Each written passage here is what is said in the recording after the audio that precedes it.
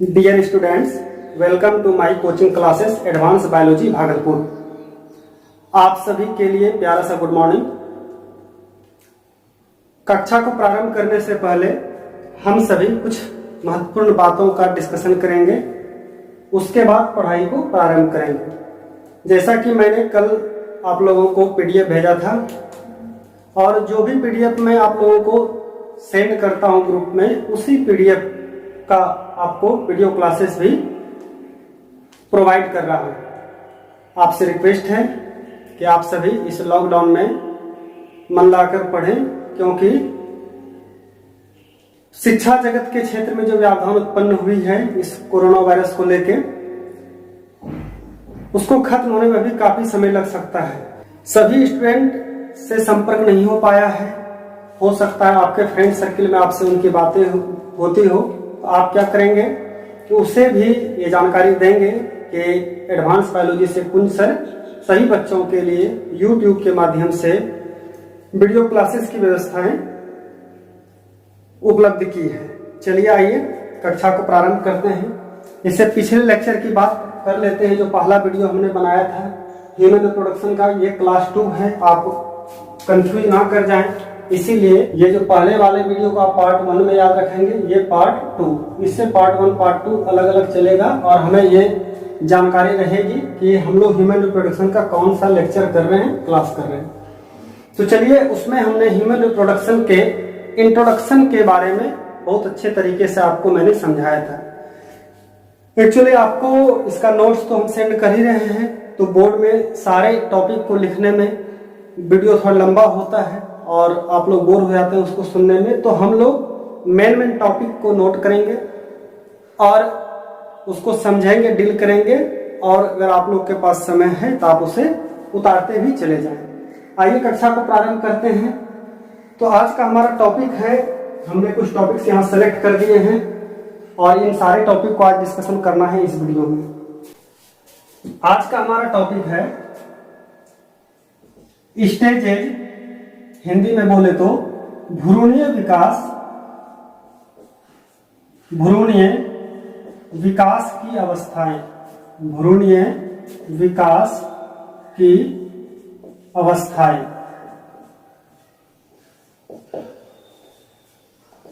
Stages of embryonic development.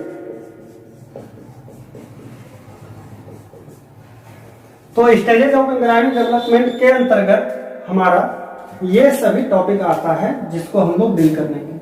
सबसे पहले हम लोग समझते हैं कि स्टेजेज ऑफ एम्ब्रायोनिक डेवलपमेंट का अर्थ क्या होता है। तो जनन की परिभाषा में मैंने आपको बताया था कि किसी भी जीव के द्वारा अपनी ही जैसी संतान को उत्पन्न करने की प्रक्रियाएं जनन कहलाती है।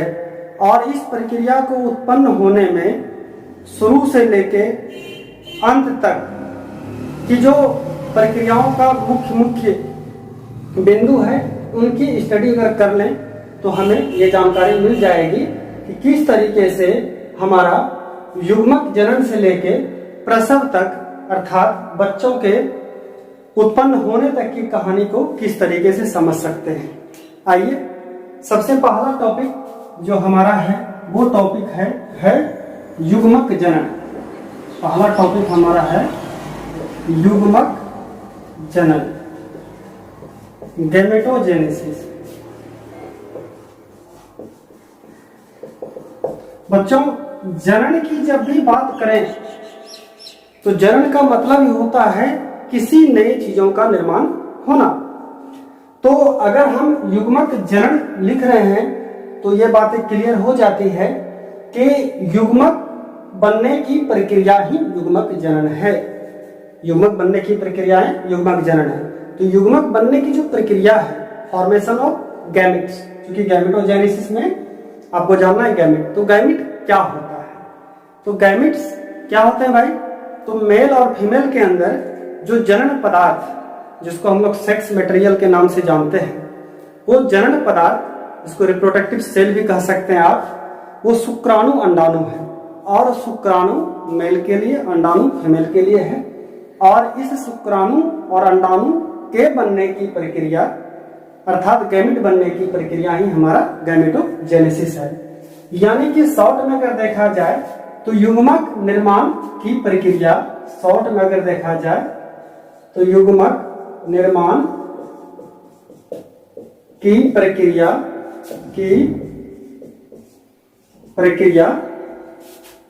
युग्मक जनन कहलाती है, गैमेट फॉर्मेशन। अगर आप देखेंगे तो गैमेट फॉर्मेशन, इसको इंग्लिश में कह सकते हैं गैमेट फॉर्मेशन, ये बनना या प्रोड्यूस होना कह सकते हैं। अब है कि इसके अंतर्गत दो तरीके की बात आती है कि अगर मेल है तो उसमें शुक्र जनन या शुक्राणु जनन कहिए, शुक्र जनन होता है। शुक्र जनन जिसको स्पर्मेटोजेनेसिस कहते हैं, स्पर्मेटोजेनेसिस।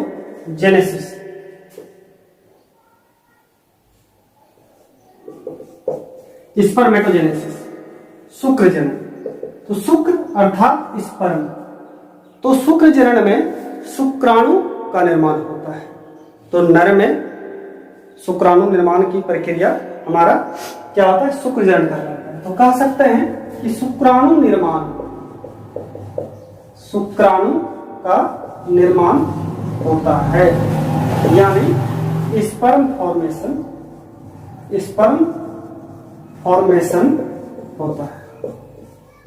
और एक बात याद रखना है कि जनन की प्रक्रिया में फर्टिलाइजेशन, निषेचन से पूर्व वो हाप्लॉइड एन होता है और बाद में वो फर्टिलाइजेशन में जाने के बाद वो डिप्लॉइड अर्थात द्विगुणित एक कोशिकीय जीव का निर्माण करता है। तो ये सारी बातें आगे डिस्कशन फिर करेंगे, लेकिन अभी इतना जरूर याद रखना है हम लोगों को यहाँ पर नोट में कि शुक्राणु जो होता है वो हमें ऑब्जेक्टिव क्वेश्चन अगर पूछा जाए हाप्लॉइड होता है, यानी एन होता है। हाप्लॉइड को अगुणित कह सकते हैं। ठीक उसी प्रकार बी नंबर दूसरे टॉपिक में शुक्र जनन के बाद हमारा होता है अंड जनन, oogenesis, अंड जनन। तो आप कह सकते हैं इसको देख के जहां शुक्राणु निर्माण हो रहा था वहां पर अंडाणु निर्माण होगा। उसी तरह से अंडाणु निर्माण को इंग्लिश में कहा जाए तो ओवा या ओवम कहिए, ओवम का फॉर्मेशन होता है। और यहां भी आपको याद रखना है कि हमेशा अंडाणु जो होता है वो क्या होता है भाई, हाप्लॉइड ही होता है, हाप्लॉइड एन होता है, यानी अगुणित होता है। इतनी सारी बातें हम लोग कर समझ चुके हैं।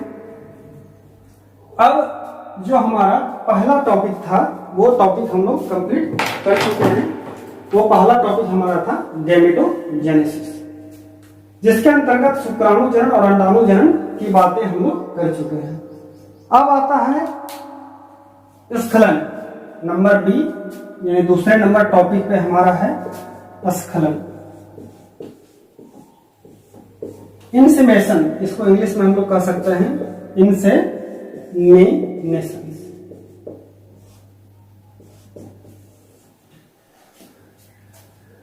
ध्यान दीजिए, जैसा कि हम लोग जान चुके हैं कि नर में शुक्राणु निर्माण होता है। नर में तो नर के कहां शुक्राणु निर्माण होता है, तो नर जनन अंग जिसको विरसन कहते हैं। वो सारी बातें डिस्कशन अगले लेक्चर में फिर से करेंगे, हम लोग पार्ट बाय पार्ट डील करेंगे। अभी आपको जानना है कि नर के जो शुक्राणु है उसका निकलना, उसका गिरना, उसका फ्लो होना, उसका बहना, लेकिन किसी न किसी पर्पस से हम उसको हिंदी में मैथुन कहेंगे। तो मैथुन की प्रक्रिया में जब हमारा स्पर्म स्त्री जाति के योनि मार्ग के माध्यम से अगर वो अंडाणु के पास वो जा रहा है तो वो जो निकलने की प्रक्रिया है उसको हम लोग कहते हैं स्खलन। यानी इन शॉर्ट, जैसा कि शॉर्ट डेफिनेशन आपको देर समझाने के बाद की कोशिश कर रहे हैं। नर से मादा के योनि मार्ग में जाना।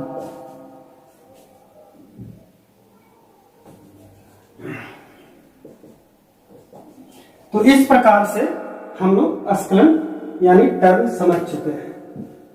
अब आता है हमारा निषेचन। तीसरे नंबर टॉपिक पे हमारा है निषेचन। तो बहुत बार हम लोग निषेचन के बारे में बात कर चुके हैं, फर्टिलाइजेशन के बारे में।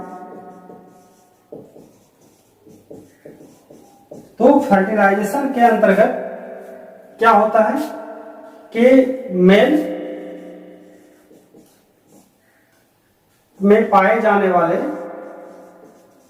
स्पर्म शुक्राणु और फीमेल में पाए जाने वाले ओवा, या आप इसको एग सेल कहिए, एग सेल जब आपस में कंबाइंड होता है तो कंबाइंड जैसे ही दोनों फ्यूज करेगा, फ्यूज होने के बाद हमारा वो फ्यूज होने की प्रक्रिया ही निषेचन कहलाती है। तो उम्मीद करते हैं बच्चों कि निषेचन आप क्लियर कर चुके हैं। निषेचन की परिभाषा शॉर्ट में देना है तो नर का जो जनन पदार्थ शुक्राणु और मादा के जनन पदार्थ अंडाणु का जो कॉम्बिनेशन होता है, दोनों का जो फ्यूजन होता है, उस प्रक्रिया को हम लोग क्या कहते हैं, निषेचन कहते हैं। अब जो हमारा अगला टॉपिक है प्रसव, जिसको हम लोग ऑर्गेनाइजेशंस के नाम से जानते हैं। तो प्रसव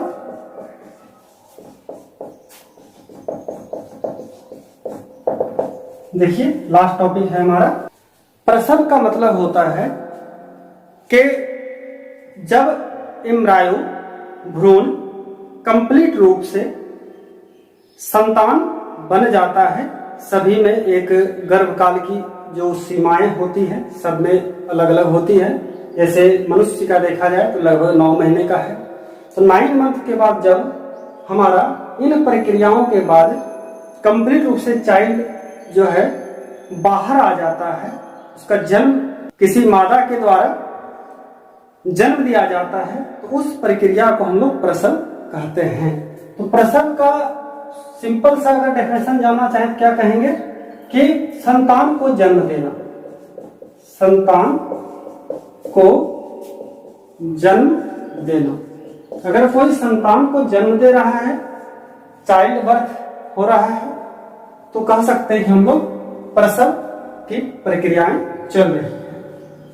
और ये जो हमारा लास्ट टॉपिक आप देख पा रहे हैं दुग्ध स्रवण, इसका लैक्टेशन नाम है।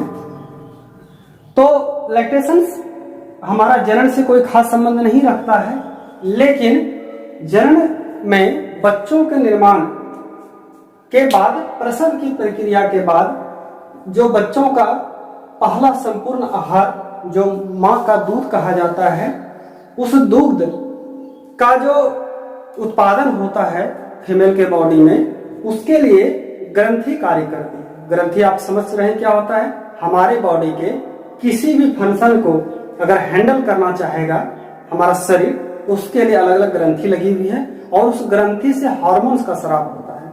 उसी में से अगला टॉपिक हम लोग इसका डीपली स्टडी करेंगे कि इसमें भी क्या होता है कि मेमिक्री ग्लैंड, दुग्ध ग्रंथि जो होता है वो एक्टिव हो जाता है और माता के द्वारा बच्चों के लिए भोजन के रूप में दुग्ध का उत्पादन होता है।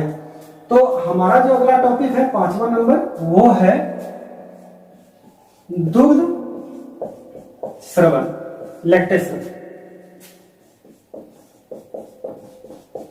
तो क्या करेंगे कि माता अर्थात मादा के द्वारा बच्चों के लिए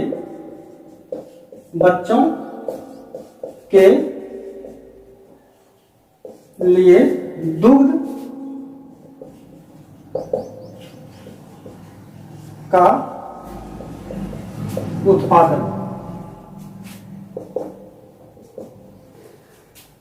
तो प्यारे बच्चों, उम्मीद करते हैं कि आज का क्लास जितना तक आपको नोट्स मिला था, जिस टॉपिक तक, वहां तक आप लोगों को क्लास बहुत अच्छे तरीके से समझ में आया होगा।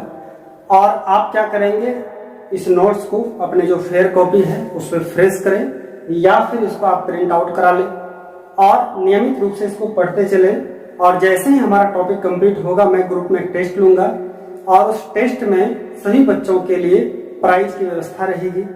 तो प्राइज के रूप में आपका पॉइंट काउंट होगा और इंस्टीट्यूट खुलने के बाद आपको प्राइज के साथ सम्मानित किया जाएगा। धन्यवाद।